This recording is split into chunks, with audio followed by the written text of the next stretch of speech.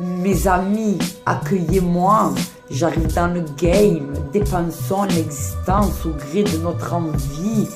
Vivre, c'est être libre et avoir des loisirs.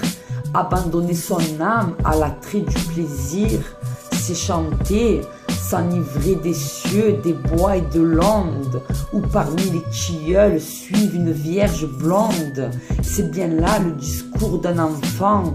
Vous avez de l'esprit peut-être trop bon et méritez qu'un ami plus mûr vienne en cette circonstance de inutiles conseils vous prêter assistance. Il ne faut pas se faire illusion ici avant d'être poète et de livrer ainsi votre âme à tout le feu de l'ardeur qui l'emporte. Avez-vous de l'argent? Que sais-je? Et que m'importe? Enchaîner à son gré les nations muettes, ces jours-là n'existent plus. Et cela depuis bien longtemps. Est-ce un bien? Est-ce un mal? Je l'ignore et n'entends que vous prouvez un fait et vous faire comprendre que si la vie est telle, il faut bien l'apprendre. Le poète n'est plus l'enfant des immortels, à qui l'homme à genoux élève des autels. Ce culte de notre âge perdu dans le nôtre, et c'est tout simplement un homme comme un autre.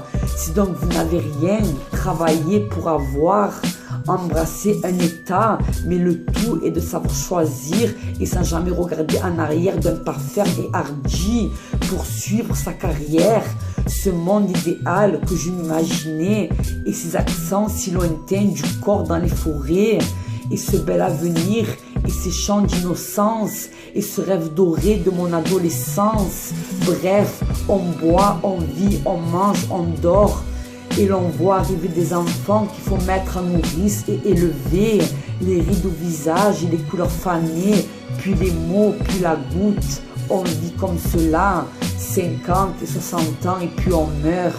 Et certains chanceux en ont dans la cervelle et auront une longue vie.